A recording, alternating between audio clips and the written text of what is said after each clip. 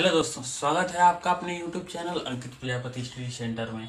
तो दोस्तों, आज हम पढ़ने वाले हैं अम्ल क्षार के रासायनिक गुण। ठीक है, आज हम पढ़ने वाले हैं क्या? आज हम पढ़ने वाले हैं अम्ल तथा क्षार के रासायनिक गुण। तो चलिए, टाइम को वेस्ट नहीं करते हुए हम पढ़ते हैं सबसे पहले धातुओं से क्रिया। यानी अम्ल और क्षार के रासायनिक गुण में पहला हम पढ़ेंगे क्या? धातुओं से क्रिया। तो देखिए, धातुओं से क्रिया कैसे करेगा। जो अम्ल होगा और जो क्षार होगा वो धातुओं से क्रिया कैसे करता है, ठीक है, क्या निकालता है, क्या बनाता है। तो देखिए, ये है HCl। क्या है? HCl। HCl की क्रिया हमें करानी है Zn एक धातु है।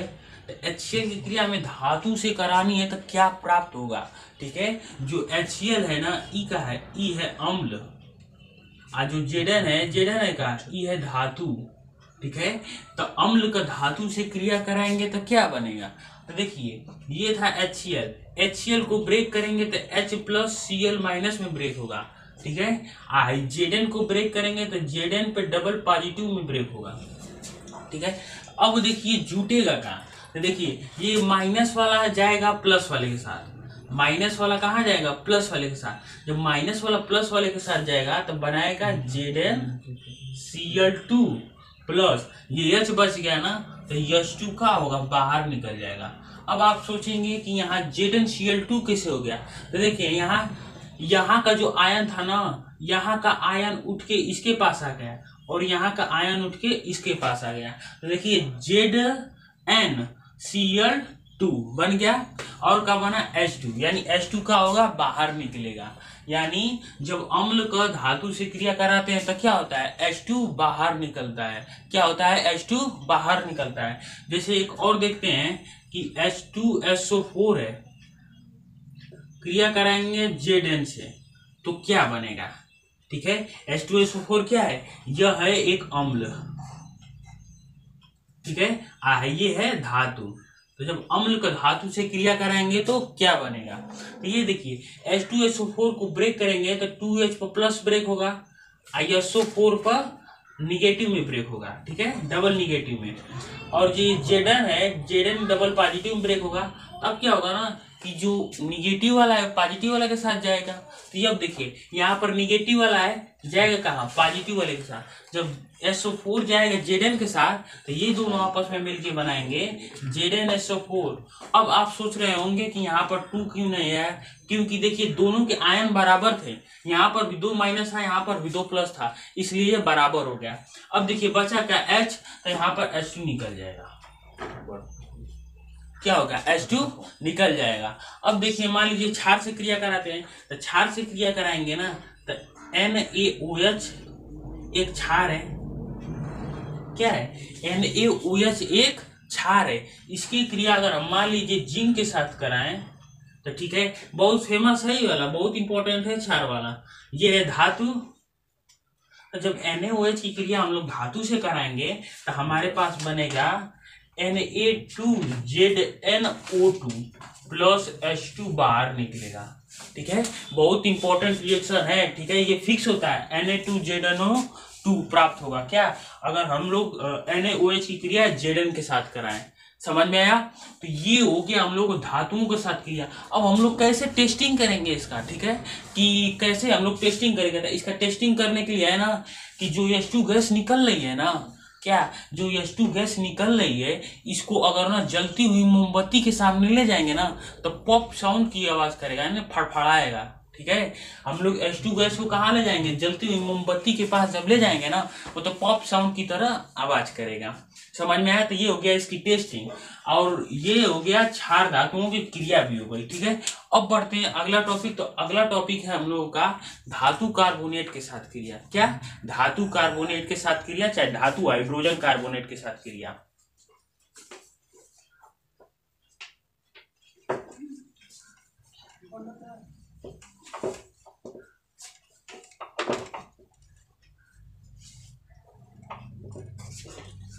अगला है धातु कार्बोनेट या धातु हाइड्रोजन कार्बोनेट के साथ क्रिया।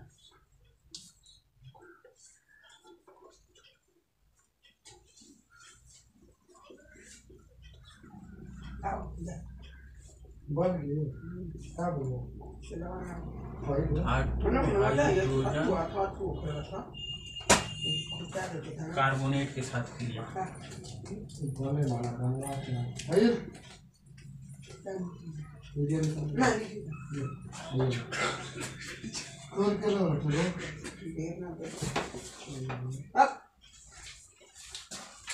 ठीक है, तो अब देखिए क्या हम लोग पढ़ना है, धातु कार्बोनेट या धातु हाइड्रोजन कार्बोनेट के साथ क्रिया। ठीक है, तो क्रिया में सबसे पहले हम अम्ल के साथ कराएंगे और क्षार के साथ कराएंगे। तो देखिए धातु कार्बोनेट, देखिए ये है HCl। क्या है HCl? HCl है एक अम्ल। HCl क्या है? HCl है एक अम्ल। और धातु कार्बोनेट के साथ क्रिया कराएंगे तो हम क्रिया कराएंगे NaCO3 के साथ। किसके साथ कराएंगे?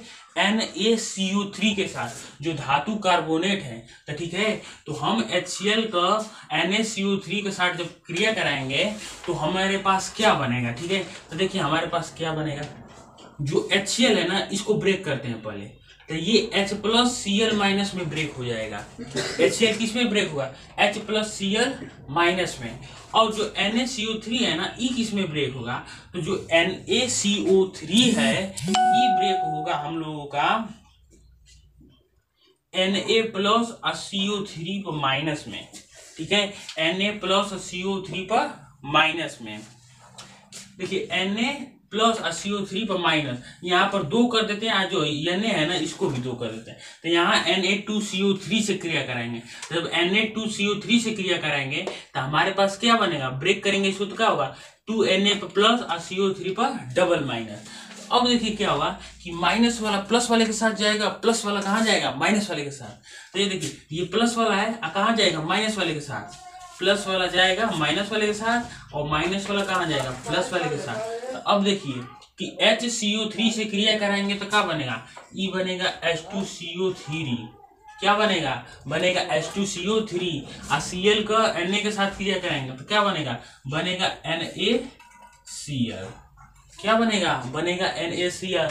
तो जो H2CO3 होता है ना, ये H2CO3 ढेर देर तक ना ठहरता है। ठीक है, ये अधिक समय तक ना रुक पाता है, ये ना कुछ समय बाद ब्रेक होके टूट जाता है H2O प्लस CO2 में। तो कुछ देर बाद जब टूटेगा H2O और CO2 में, तब बनेगा हम लोग के पास NaCl, यानी हमारे पास बनेगा H2O CO2 और NaCl। क्या बनेगा? H2O CO2 और NaCl। तो ये हमारे पास बनेगा। अब देखते हैं ना, ये तो हो गया अम्ल के साथ क्रिया।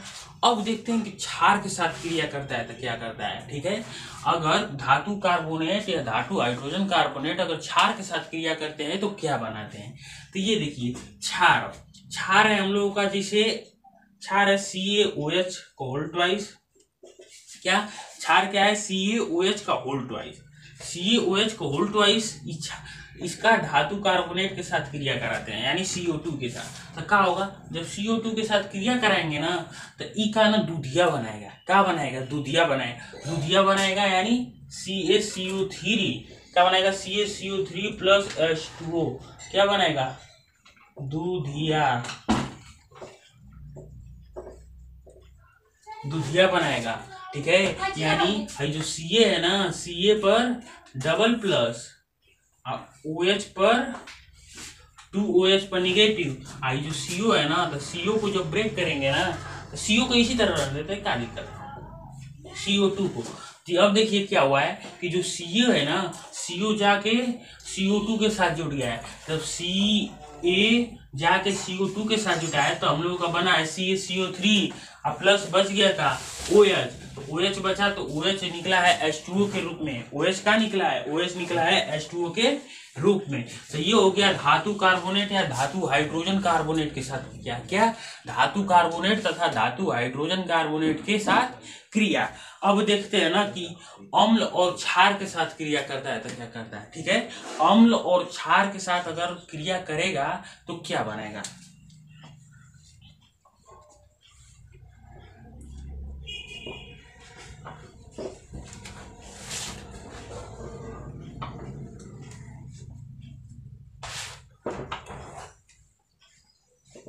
तो अगला है अम्ल के क्षार के साथ क्रिया। क्या? अम्ल की क्षार के साथ क्रिया।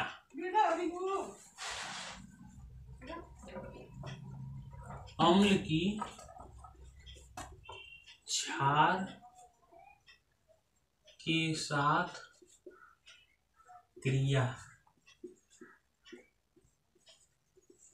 देखिए अब हमें कराना है अम्ल की क्षार के साथ क्रिया। तो देखिए ये है HCl प्लस NaOH। HCl है अम्ल, HCl क्या है? अम्ल। हाँ, NaOH है क्षार।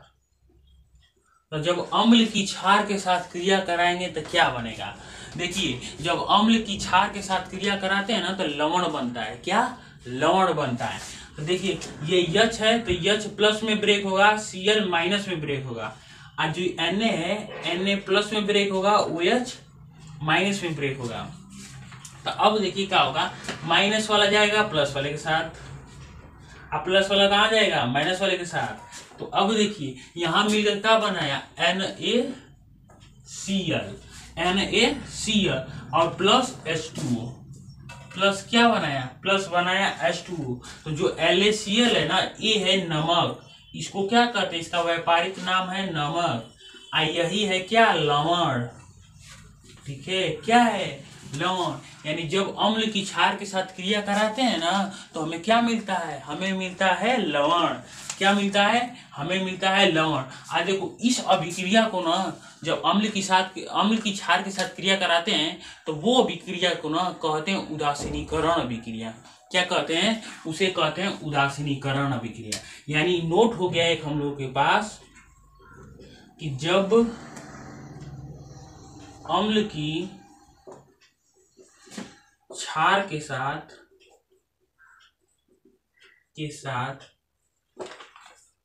क्रिया कराते हैं तो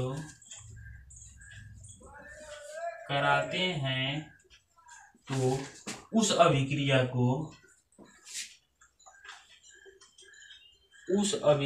को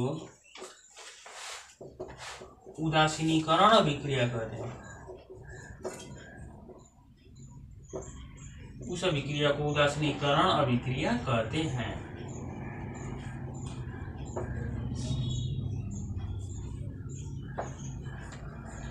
हैं। समझ में आ गया? यानी जब अम्ल की क्षार के साथ क्रिया कराएंगे तो वो अभिक्रिया क्या कहलाएगा? वो अभिक्रिया कहलाएगा उदासीनीकरण अभिक्रिया। क्या कहलाएगा? उदासीनीकरण अभिक्रिया। अब बढ़ते हैं अपने अगले टॉपिक की ओर। तो इतना समझ में आया?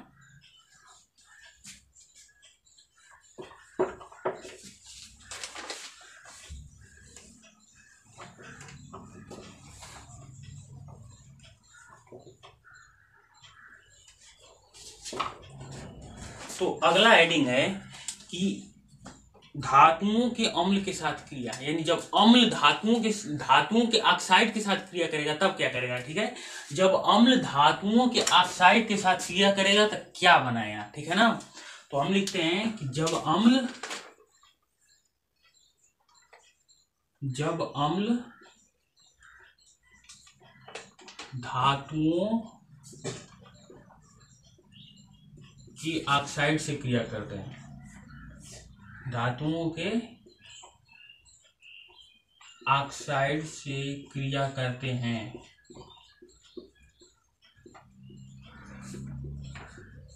ठीक है।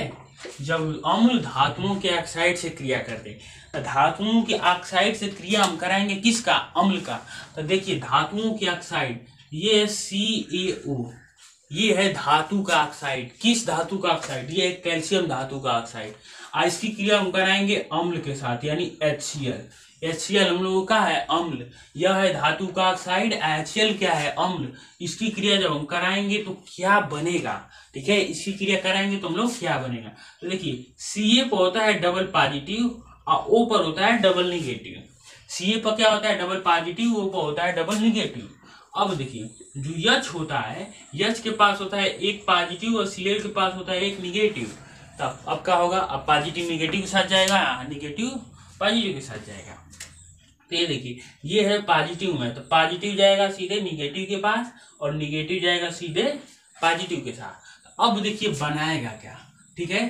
तो ये देखिए यहाँ पर 2 था, यहाँ 2 आयन था, यहाँ कितना आयन था, 1 आयन था। तो यहाँ का 1 आयन Ca के पास आएगा और यहाँ का 2 आयन Cl के पास जाएगा। तो यहाँ बना लेगा CaCl2। क्या बनाएगा, CaCl2 प्लस ये है H ये है O। जब H और O मिलते हैं तो क्या बनाते हैं, जब हाइड्रोजन और ऑक्सीजन मिलते हैं तो H2O बनाते हैं, यानी जल बनाते हैं। समझ में आया, क्या बनाते हैं, H2O यानी जल बनाते हैं। अब हम क्रिया कराएंगे कि MgO है, इसका क्रिया अगर हम कराएंगे H2SO4 में तो क्या होगा, H2SO4 भी चूंकि क्या होता है, अम्ल होता है। MgO है वो क्या है, वो है धातु का ऑक्साइड, इसे कहते हैं मैग्नीशियम ऑक्साइड। समझ में आया। अब ये दोनों आपस में क्रिया करेंगे तो क्या बनाएंगे, ठीक है। तो ये देखिए Mg पे होता है डबल पॉजिटिव, O पे होता है डबल निगेटिव। यहाँ H पर क्या होता है, H पर होता है 1 पॉजिटिव, SO4 पर होता है डबल निगेटिव। अब देखिए कि Mg जाएगा SO4 के साथ और O जाएगा H के साथ। तो 2 आयन बराबर हो गए तो सीधे जाके क्या होंगे, जुट जाएंगे। तो Mg और SO4 मिलके क्या बनाएंगे, MgSO4। क्या बनाएंगे, MgSO4। यहाँ H और O मिला के क्या बनाएगा H2O। समझ में आया कि जब अम्ल धातुओं के ऑक्साइड से क्रिया करते हैं तो क्या बनाते हैं। अब देखते हैं अपना अगला टॉपिक।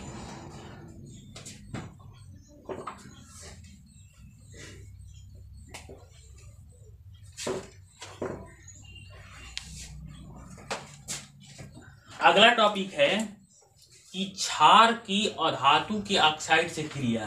क्या, क्षार की अधातु के ऑक्साइड से क्रिया। क्षार की अधातु के ऑक्साइड से क्रिया, अधातु के ऑक्साइड से क्रिया,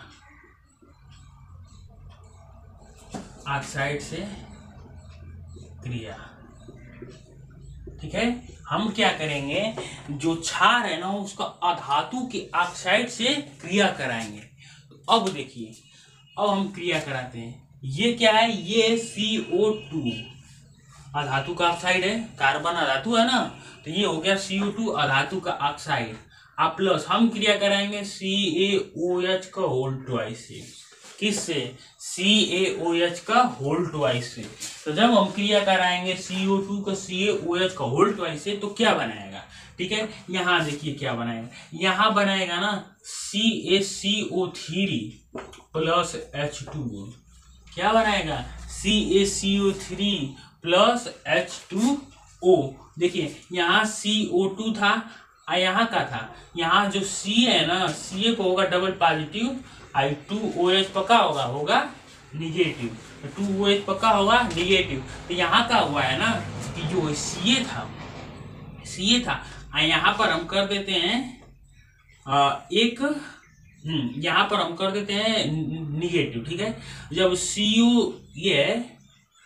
जब CO2 Ca से क्रिया करेगा तो बनाएगा क्या, बनाएगा CaCO3 और प्लस यहाँ 2OH बच गया। तो 2OH जब आपस में क्रिया करेंगे तो क्या बनाएंगे H2O। समझ में आया कि जब क्षार अधातुओं के ऑक्साइड से क्रिया करते हैं तो क्या बनाते हैं, ठीक है। जब क्षार अधातुओं के ऑक्साइड से क्रिया करते हैं तो ये पदार्थ ऐसा बनाते हैं, ठीक है। अब बढ़ते हैं अगले टॉपिक की ओर। तो अगला टॉपिक है अम्ल और क्षार का जलीय विलयन में। यानी जब अम्ल और क्षार जलीय विलयन में घुलेंगे तो क्या होगा, ठीक है।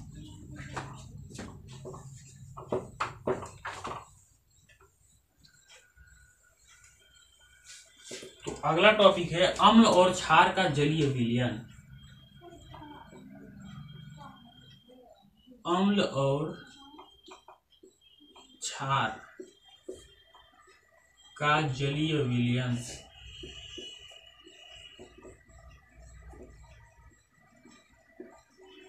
अम्ल और क्षार का जलीय विलयन।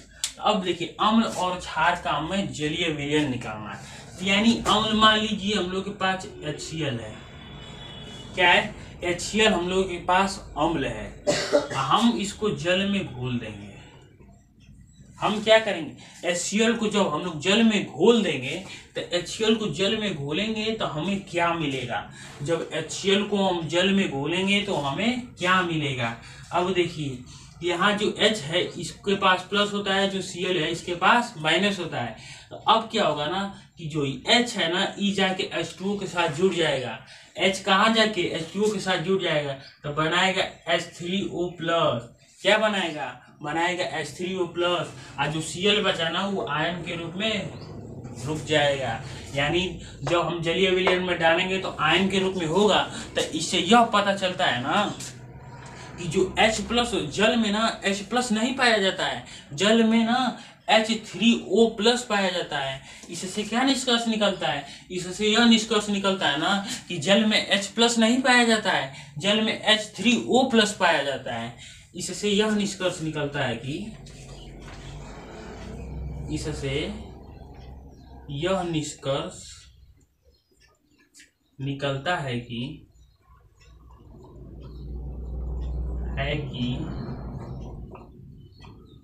जल में H प्लस नहीं H3O प्लस पाया जाता है, ठीक है, H3O प्लस पाया जाता है। अब देखेंगे तो ये तो अम्ल हो गया, अम्ल को जलीय विलयन में डालेंगे तो ऐसा होगा, और क्षार को डालेंगे तब क्या होगा। देखिए क्षार को देखते हैं, तो ये क्या था, ये था अम्ल था ना। अब देखते हैं क्षार को, तो हमारे पास है NaOH। क्या है, NaOH। NaOH को जब जलीय विलयन में डालेंगे ना तो सीधे ब्रेक हो जाता है, किसमें, Na प्लस में और OH माइनस में। किसमें ब्रेक हो जाता है, Na प्लस में और OH माइनस में। तो ये सब हो गए अम्ल और क्षार के जलीय विलयन में घोलेंगे तो क्या होगा, ठीक है। तो आज हमने अम्ल और क्षार के रासायनिक गुणों के बारे में बता दिए। अगर आपको वीडियो अच्छा लगा हो तो प्लीज इसे लाइक और चैनल को सब्सक्राइब कर लीजिए।